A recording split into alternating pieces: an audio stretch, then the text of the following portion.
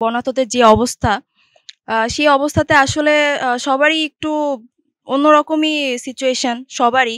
কারণ আমরা সবাই হচ্ছে মানুষ যেহেতু, সো আমাদেরও কষ্ট কাজ করে অবশ্যই। তো আসলে আমরা স্টুডেন্টসরা মিলে, সবাই মিলে একটু সামান্য যতটুকু পরিমাণে করা যাচ্ছে আমরা করছি। আমরা সাধারণ মানুষের পাশে আছি। অ্যান্ড আমরা এখানে ৭ টা ইউনিভার্সিটি কাজ করছি। আর আমরা চাবো যে আপনারাও আমাদেরকে সাহায্য করেন। যে যেভাবে পারবেন আমাদেরকে দোয়া করে, যেভাবে পারেন আমাদের সাহায্য করবেন।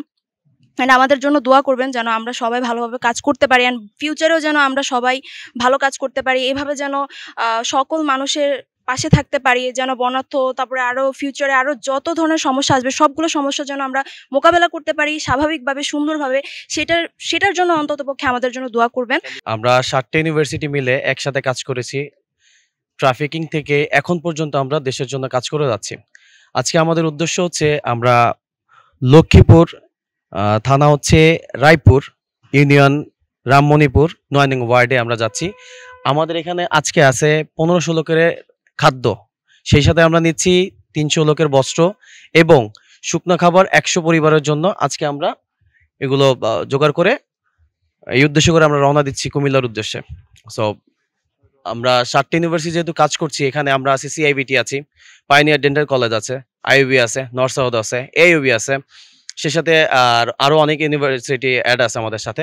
এখানে আমরা খুব কম সংখ্যক স্টুডেন্টরা আছি, আরও অনেকেই আসতে পারে নাই, অন দ্য ওয়েতে আছে। সো দেশবাসীর কাছে একটাই আমাদের আশা যে আপনারা আমাদের জন্য দোয়া করবেন। এতদিন যেভাবে আমাদের সাপোর্ট করে আসছেন, আমরা এতটুকুই আপনাদের কাছে আশাবাদী যে ভবিষ্যতে আমাদের সাথে থাকবেন। আজকে যেহেতু আমরা একটা উদ্দেশ্যে বের হয়েছি, আমরা আশা করব আপনারা সবাই আমাদের জন্য দোয়া করবেন। আমরা যেন ভালোভাবে সেখানে পৌঁছাতে পারি, আমাদের উদ্দেশ্য সফল করতে পারি।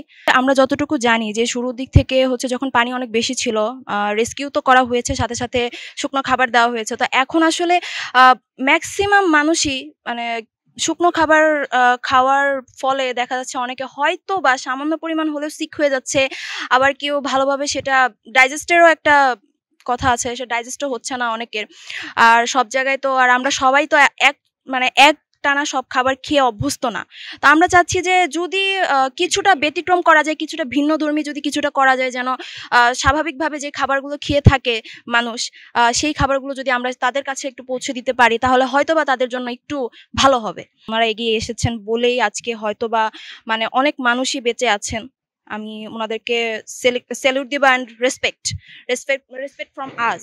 হ্যাঁ, তো মেইনলি হচ্ছে আমাদের যে উদ্দেশ্যটা সেটা আমরা শুরু থেকেই আমরা এটাই ছিলাম যে আমরা শুকনো খাবার দিব না। কারণ আমরা জানি যে শুরু থেকে, কারণ এর আগেও যেহেতু বন্যা সময় সবাই কিন্তু শুকনো খাবারই নিয়ে গিয়েছে, হয়তো ভিন্ন ধর্মে খুব কম সংখ্যক মানুষই করেছেন। তো আমাদের প্রথম থেকেই এটাই প্ল্যান ছিল যে আমরা একটু ভিন্নধর্মী খাবার নিয়ে যাব।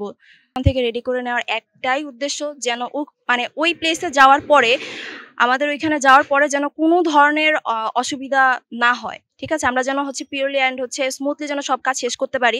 এটার জন্য এখান থেকে আগে থেকে প্রিপেয়ার্ড হয়ে যাওয়া, যেন ওইখানে গিয়ে আমাদের কোনো প্রবলেম ফেস করতে না হয় আরকি। আর যারা এই কথা বলতেছে আমি জানি না তাদের সেন্স কতটুকু কাজ করতেছে বা কি। তারা যদি ওই প্লেস পর্যন্ত গিয়ে যদি দেখতে পারতো তাহলে হয়তোবা বুঝতো।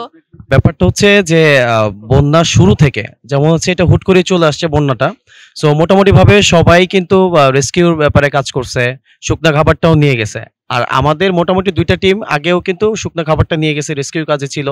এখন আমরা একটু ভিন্নধর্মী করার উদ্দেশ্য হচ্ছে যে মোটামুটি অনেক জায়গায় পানি কমতেছে, আবার অনেকে চুলাও জ্বালাতে পারছে না। সেক্ষেত্রে আমরা ঢাকা থেকে যারা যাচ্ছি, আমরা ৭টা ইউনিভার্সিটি মিলে যেহেতু কাজ করছি, আমরা আমাদের মোটামুটি ফুল সেট আপ নিয়ে যাচ্ছি। সেট আপ বলতে আমরা যে খাবারটা দিব, চাল, মাংস, এই জাতীয় ফুল সেটআপটা আমরা এখান থেকে কমপ্লিট করে নিয়ে যাচ্ছি। আর এখানে আমাদের মোটামুটি ক্যাম্প করা আছে, আমরা ওই ক্যাম্পে যেয়ে রান্না বান্না করে সকাল থেকে আমরা ইনশাল্লাহ খাবার ডিস্ট্রিবিউশন করে ফেলবো। এখন এক একজনের চিন্তা ভাবনা এক এক রকম থাকতে পারে, আমরা একটু ভিন্নটা ট্রাই করছি। কাপড়ের ব্যাপারটা একটু বলি। কাপড়ের ব্যাপারটা হচ্ছে দেখেন, একটা সময় কি মানুষ ত্রাণ নেওয়ার জন্য হচ্ছে লাইন দিয়ে থাকতো, আর বর্তমানে ত্রাণ দেওয়ার জন্য কিন্তু লাইন দিয়ে আছে। সো আমি মনে করি বাংলাদেশ বা পুরো বিশ্বের মানুষ যদি তার নিজের থেকে যদি দেশের জন্য কিছু করার ট্রাই করে, সেটা পুরানো নতুনের কথা নাই। হেল্প জিনিসটা পুরানো নতুন দেখে না, আমি আমার মন থেকে হেল্প করতেছি। সো এই ব্যাপারটা সবার একটু মাথায় থাকা উচিত যে আমি হেল্প করতেছি, আমাদেরকে সাহায্য করতেছে, আমি তাদের হেল্প করতেছি।